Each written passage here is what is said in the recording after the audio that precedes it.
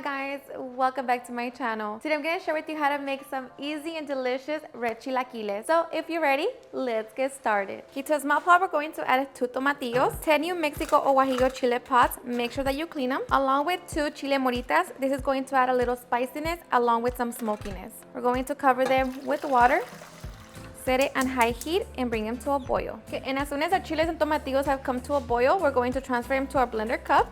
Okay, so now we can get ready to make our sauce. Okay, to a blender cup, we're going to add 1 garlic clove, half a teaspoon of oregano, half a teaspoon of black pepper, a 1/4 teaspoon of ground cumin, and salt. Now we're just going to cover our chiles with water, and you can use the same water that we boiled the chiles. I just personally don't like to add it because sometimes it makes the sauce bitter.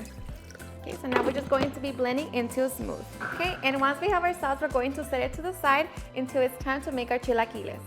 We're going to grab our pan and we're going to add enough oil to cover our tortillas and just set it on medium heat and allow it to heat up. Okay, once our oil is nice and hot, we're going to begin to fry our tortillas. I'm going to be using 20 of them and just cut them down. And do this step in batches. So make sure not to overcrowd your tortillas. Now we're just going to fry them until they're nice and golden. Once we have our tortilla chips, we're going to remove them from the oil. Drain as much oil as possible.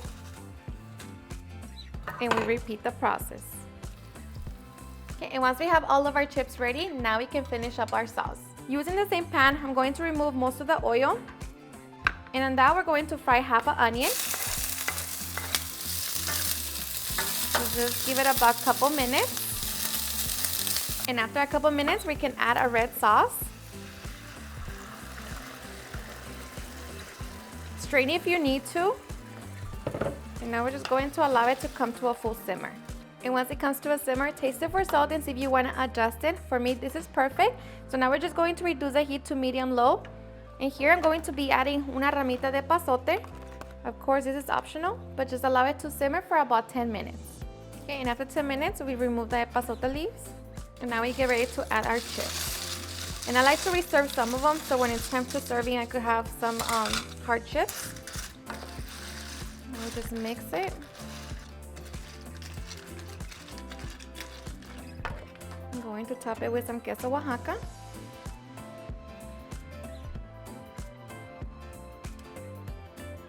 And just cover it and allow that cheese to melt. Okay, and after a few minutes, the cheese should have melted. So now we can get ready to serve. Okay, and once we're ready to serve, I already got some of my chips. And now we're just going to top it with our chilaquiles.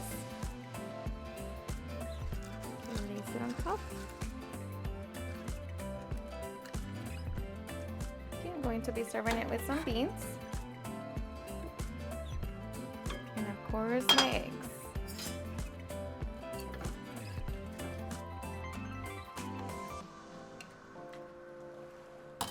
Okay, so now we can get ready to top our chilaquiles.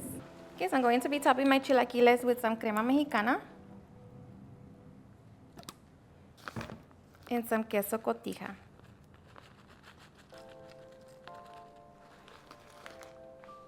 And of course, some avocado. And just like that, we can get ready to enjoy.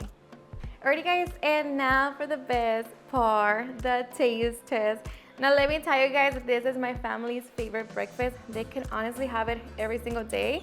It's very simple, yet very delicious. So I hope you give it a try and enjoy it just as much. Cheers and enjoy.